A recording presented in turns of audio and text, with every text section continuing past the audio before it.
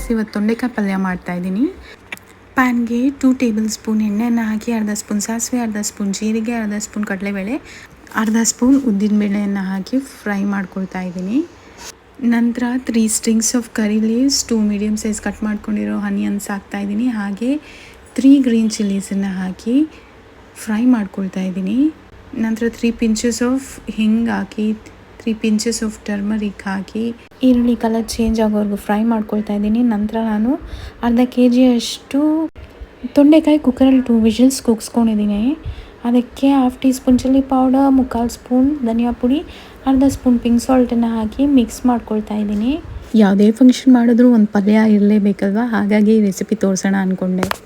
ಚೆನ್ನಾಗಿ ಮಿಕ್ಸ್ ಮಾಡ್ಕೊಳ್ಬೇಕು. ನೋಡಿ, ಮಿಕ್ಸ್ ಎಲ್ಲ ಆದಮೇಲೆ ಈ ರೀತಿ ಆಗುತ್ತೆ. ನಂತರ ನಾನು 2 ಟೇಬಲ್ ಸ್ಪೂನ್ ಫ್ರೆಶ್ಲಿ ಬ್ಲೆಂಡೆಡ್ ಕೋಕೋನಟ್ಸ್ನ ಹಾಕ್ತಾಯಿದ್ದೀನಿ. ಅದನ್ನು ಸಹ ಹಾಕಿ ಚೆನ್ನಾಗಿ ಮಿಕ್ಸ್ ಮಾಡಬೇಕು. ನಂತರ 1/4 ಸ್ಪೂನ್ ಟ್ಯಾಮರಿನ್ ಪೇಸ್ಟನ್ನು ಹಾಕಿ ಮತ್ತೊಮ್ಮೆ ಚೆನ್ನಾಗಿ ಮಿಕ್ಸ್ ಮಾಡ್ತಾಯಿದ್ದೀನಿ. ಮಿಕ್ಸ್ ಮಾಡಿದ ನಂತರ ಫೈನಲ್ ಆಗಿ ಫ್ಯೂ ಕೊರಿಯಾಂಡರ್ ಲೀವ್ಸನ್ನು ಹಾಕಿದ್ರೆ ತೊಂಡೆಕಾಯಿ ಪಲ್ಯ ರೆಡಿ ಆಗುತ್ತೆ. ಸೂಪರ್ ಟೇಸ್ಟಿ ಆ್ಯಂಡ್ ಡಿಲಿಷಿಯಸ್ ತೊಂಡೆಕಾಯಿ ಪಲ್ಯ. ನೋಡಿ ಎಷ್ಟು ಚೆನ್ನಾಗಿ ಕಾಣಿಸ್ತಾ ಇದೆ. ಟೇಸ್ಟು ಕೂಡ ತುಂಬಾ ಅಮೇಝಿಂಗ್ ಆಗಿರುತ್ತೆ.